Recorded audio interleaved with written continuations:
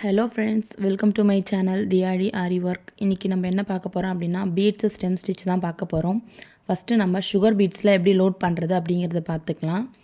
இப்போ நான் த்ரெட்டை வெளியே எடுத்திருக்கேன். இதில் 6 பீட்ஸை நான் லோட் பண்ணுறேன். 6 தான் லோட் பண்ணணுமா அப்படின்னு கேட்டால் கிடையாது, நம்மளோட இஷ்டம்தான். 4, 5, 6 இதில் எது வேணால் நம்ம லோட் பண்ணிக்கலாம். இப்போ நான் 6 பீடை லோட் பண்ணியிருக்கேன். லோட் பண்ணிவிட்டு ஒரு லாக் ஸ்டிச் போட்டுட்டு இந்த 6 பீடில் பாதி 3 பீடு இல்லையா, இந்த 3 பீடுக்கு நேராக ஒரு ஸ்டிச், அதுக்கு மேலே ஒரு குட்டி ஸ்டிச் பண்ணிவிட்டு திரும்ப 6 பீடை நான் வந்து லோட் பண்ணுறேன். 6 பீடை லோட் பண்ணிவிட்டு இப்போ 5 தான் இருந்துச்சு, ஸோ இப்போ 6 ஆகிடுச்சு. 6 பீடை லோட் பண்ணிவிட்டு திரும்ப ஒரு குட்டி ஸ்டிச் போடுறேன். திரும்ப இதில் பாதியான 3, இந்த 3ல் ஸ்டிச் பண்ணிவிட்டு திரும்ப மேலே ஒரு ஸ்டிச் கொடுத்துட்டு திரும்ப 6 பீடை நான் வந்து லோட் பண்ணுறேன். ஏன் நம்ம 6 தான் லோட் பண்ணணுமா அப்படின்னு கேட்டால் கண்டிப்பாக ஆமான்னு தான் நான் சொல்லுவேன். ஏன் அப்படின்னா நம்ம 6 கொண்டு வரும்போது, அதாவது நம்ம ஸ்டார்டிங்கில் எத்தனை வச்சோமோ, இப்போ நான் ஸ்டார்டிங்கில் 6 வச்சேன். இப்போ நீங்கள் 5 வச்சுருந்தா அந்த 5 தான் நீங்கள் திரும்ப திரும்ப கொண்டு வரணும். ஒரு பீட் கூட மிஸ் ஆகக்கூடாது, ஏன்னா அதோட ஷேப்பே மாறிடும். ஸோ அதனால் நீங்கள் ஸ்டார்டிங்கில் எவ்வளோ பீட் வைக்கிறீங்களோ அந்த பீடியே தான் நீங்கள் கண்டினியூ பண்ணணும். 4 வச்சா 4 வைக்கணும், 3 வச்சா 3 வைக்கணும், 5 வச்சா 5 வைக்கணும். அந்த மாதிரி நம்ம ஃபஸ்ட்டு எத்தனை பீடை லோட் பண்ணுறோமோ அதே சேம் பீடை தான் நம்ம கடைசி வரைக்கும் முடிக்கிற வரைக்கும் அப்படியே தான் நம்ம கொண்டு போனோம். ஸோ இப்போ இந்த 6ல் பாதி 3ல் ஒரு ஸ்டிச், ஒரு குட்டி ஸ்டிச் போட்டு திரும்ப நான் லோட் பண்ணுறேன். லோட் பண்ணிவிட்டு ஒரு ஸ்டிச், திரும்ப ஒரு குட்டி ஸ்டிச், திரும்ப போகும்போது அந்த 6ல் பாதி 3 ஒரு ஸ்டிச், அதுக்கு மேலே ஒரு ஸ்டிச், திரும்ப 6 பீடை நான் லோட் பண்ணுறேன். இதை ஏன் நான் திரும்ப திரும்ப சொல்லிக்கிட்டே இருக்கேன் அப்படின்னா, பிகினர்ஸ்க்கு வந்து இந்த வீடியோ பார்க்கும்போதே புரிஞ்சிடணும் நம்ம வந்து ஒர்க் பண்ணுறோமோ இல்லையோ.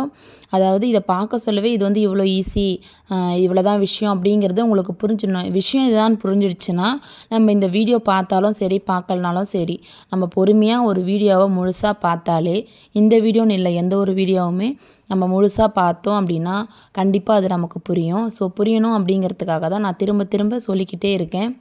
திரும்ப 6ல் பாதி 3ல் ஒரு ஸ்டிச், மேலே ஒரு குட்டி ஸ்டிச், திரும்ப 6 பீடு லோட் பண்ணுறோம். திரும்ப ஒரு ஸ்டிச், ஒரு குட்டி ஸ்டிச் பண்ணிவிட்டு திரும்ப மேலே போகும்போது 6ல் பாதி 3ல் ஒரு ஸ்டிச், திரும்ப மேலே ஒரு குட்டி ஸ்டிச். நம்ம இப்படி சொல்லிக்கிட்டே பண்ணுறதுனால இது வந்து மனசில் பதியும். அதுக்காக தான் நான் சொல்லிக்கிட்டே வந்து ஸ்டிச் பண்ணுறது. இப்போ இதை நான் நாட் போட்டு முடிச்சுக்கிறேன். இது பாருங்கள் எவ்வளோ ஈவனாக இருக்குது அப்படின்னு. இப்போ நான் கட் பீடில் ஒர்க் பண்ணி காட்டுறேன். இப்போ கட் பீடில் நான் எடுக்கும்போது 4 பீட்ஸ் வச்சு லோட் பண்ணி காட்டுறேன்.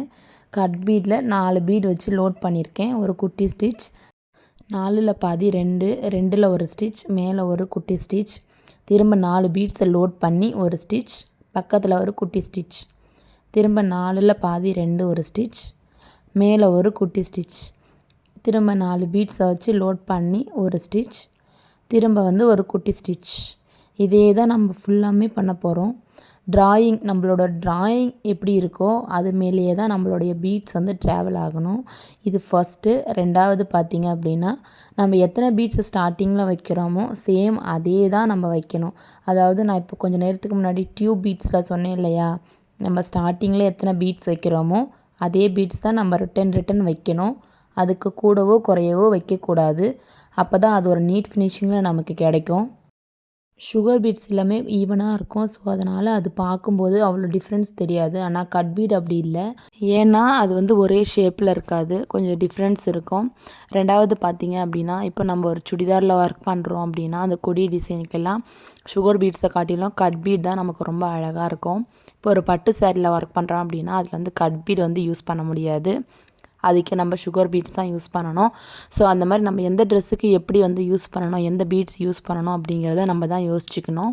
இது ரெண்டுத்துலேயும் நம்ம ப்ராக்டிஸ் பண்ணிக்கிறது நமக்கு ரொம்ப நல்லது. ஏன்னா ஃப்யூச்சரில் யாராவது நம்மக்கிட்ட ப்ளவுஸ் கொடுக்கும்போது நம்ம கஸ்டமர்கிட்ட எனக்கு இது வராது அப்படிங்கிறத நம்ம சொல்லக்கூடாது.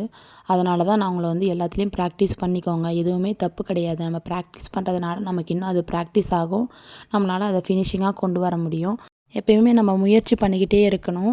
முயற்சி பண்ணால் மட்டும்தான் அதில் நம்மளை வெற்றியை கொண்டு வர முடியும். எந்த ஒன்றுமே சரி நமக்கு அது வராது அப்படின்னு நம்ம நினைக்கிறதுனால அது கண்டிப்பாக நமக்கு வராது. அது எனக்கு வரும், அது வராதுன்னு யார் சொன்னது, என்னால் முடியும் அப்படின்னு நீங்கள் நினச்சி பண்ணுங்கள், கண்டிப்பாக அது உங்களால் முடியும். இப்போ இதை நான் ஃபுல்லாக ஒர்க் பண்ணி முடிச்சிட்டேன். இதோட லுக் பாருங்கள், ரொம்ப ஈவனாக அழகாக வந்திருக்கு. உங்களுக்கு இந்த வீடியோ யூஸ்ஃபுல்லாக இருந்துச்சுன்னா இந்த வீடியோக்கு ஒரு லைக் பண்ணிக்கோங்க. சேனலை மறக்காமல் சப்ஸ்கிரைப் பண்ணிக்கோங்க. உங்களுக்கு ஏதோ டவுட்ஸ் இருந்துச்சுன்னா கமெண்ட் பண்ணிக்கோங்க. தேங்க்ஸ் ஃபார் வாட்சிங்.